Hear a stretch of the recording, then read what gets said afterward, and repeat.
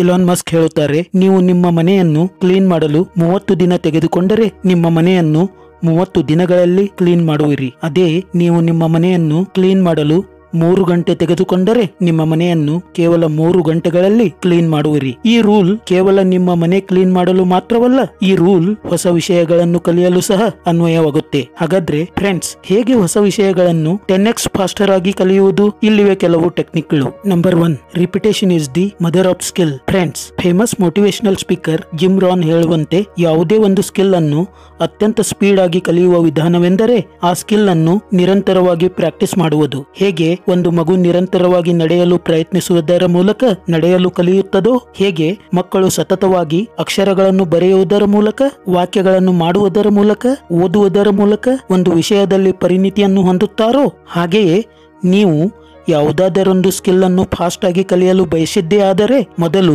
ನೀವು ಆ ಸ್ಕಿಲ್ ನ ಬೇಸಿಕ್ ಥಿಂಗ್ಸ್ ಗಳನ್ನು ನಿಯಮಿತವಾಗಿ ಪ್ರಾಕ್ಟೀಸ್ ಮಾಡಬೇಕು. ಹೀಗೆ ನಿಮ್ಮ ಸತತ ಪ್ರಾಕ್ಟೀಸ್ ನಿಂದ ಆ ಸ್ಕಿಲ್ ಅನ್ನು ಕೆಲವು ದಿನಗಳಲ್ಲಿ ನೀವು ಸುಲಭವಾಗಿ ಕಲಿಯುವಿರಿ.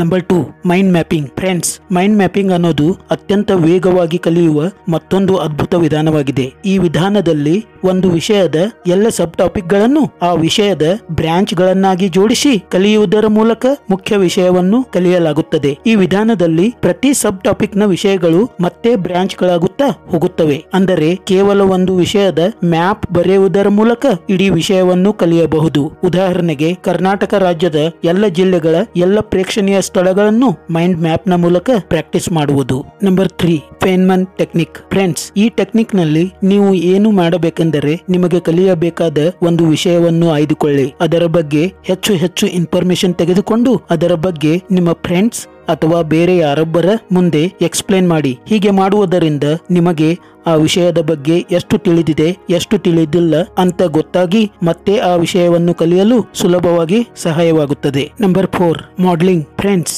ಈ ಮೆಥಡ್ ನಲ್ಲಿ ನೀವು ಕಲಿಯಬೇಕಾಗಿರುವ ಸ್ಕಿಲ್ ಅನ್ನು ಈಗಾಗಲೇ ಆ ಸ್ಕಿಲ್ ಅನ್ನು ಅದ್ಭುತವಾಗಿ ಕಲಿತಿರುವ ವ್ಯಕ್ತಿಯನ್ನು ಫಾಲೋ ಮಾಡಿ. ಅವರು ಆ ಸ್ಕಿಲ್ ಅನ್ನು ಹೇಗೆ ಕಲಿತರು, ಅವರು ಆ ಸ್ಕಿಲ್ ನಲ್ಲಿ ಹೇಗೆ ಅಪ್ಡೇಟ್ ಆಗುತ್ತಿದ್ದಾರೆ, ಹೇಗೆ ಅವರು ಆ ಸ್ಕಿಲ್ ಅನ್ನು ಕರೆಂಟ್ಲಿ ಬಳಸುತ್ತಿದ್ದಾರೆ ಎಂಬುದನ್ನು ಸೂಕ್ಷ್ಮವಾಗಿ ಅಭ್ಯಸಿಸಿ ಅವರನ್ನೇ ನೀವು ಒಬ್ಬ ಮಾಡೆಲ್ ಆಗಿಟ್ಟುಕೊಂಡು ಆ ಸ್ಕಿಲ್ ಅನ್ನು ನಿಯಮಿತವಾಗಿ ಕಲಿಯಿರಿ. Number 5, remember, understand and apply. ಹೌದು ಫ್ರೆಂಡ್ಸ್, ಈ ಕೊನೆಯ ವಿಧಾನದಲ್ಲಿ ನೀವು ಯಾವುದೇ ಕಲಿಯಬೇಕಾದ ವಿಷಯವನ್ನು ನಿಯಮಿತವಾಗಿ ಓದಿ ಆ ವಿಷಯದಲ್ಲಿನ ಕೋರ್ ಅಂಶಗಳನ್ನು ಪೂರ್ತಿಯಾಗಿ ತಿಳಿದುಕೊಂಡು ಆ ವಿಷಯಗಳನ್ನು ಪ್ರಾಕ್ಟಿಕಲ್ ಲೈಫ್ ನಲ್ಲಿ ಅಪ್ಲೈ ಮಾಡಿ. ಹೀಗೆ ಮಾಡಿದಾಗ ಆ ವಿಷಯದ ಎಲ್ಲ ಅಂಶಗಳ ಬಗ್ಗೆ ನಿಮಗೆ ಬಹುಬೇಗ ಅರ್ಥವಾಗುತ್ತದೆ. ಉದಾಹರಣೆಗೆ, ನೀವು ಅನ್ನವನ್ನು ಹೇಗೆ ಮಾಡುವುದೆಂದು ಕಲಿಯಬೇಕೆಂದರೆ ನೀವು ಮೊದಲು ಹೇಗೆ ಅನ್ನ ಮಾಡಬೇಕೆಂದು ತಿಳಿದುಕೊಳ್ಳಿ. ಎಷ್ಟು ಕಪ್ ಅಕ್ಕಿಗೆ ಎಷ್ಟು ಕಪ್ ನೀರು ಬೇಕೆಂದು ಚೆನ್ನಾಗಿ ಅರ್ಥ ಮಾಡಿಕೊಂಡು ಒಂದು ನಿರ್ದಿಷ್ಟ ಕಪ್ನ ಅಕ್ಕಿಯನ್ನು ತೆಗೆದುಕೊಂಡು ಅದಕ್ಕೆ ನಿರ್ದಿಷ್ಟ ಕಪ್ನ ನೀರನ್ನು ಹಾಕಿ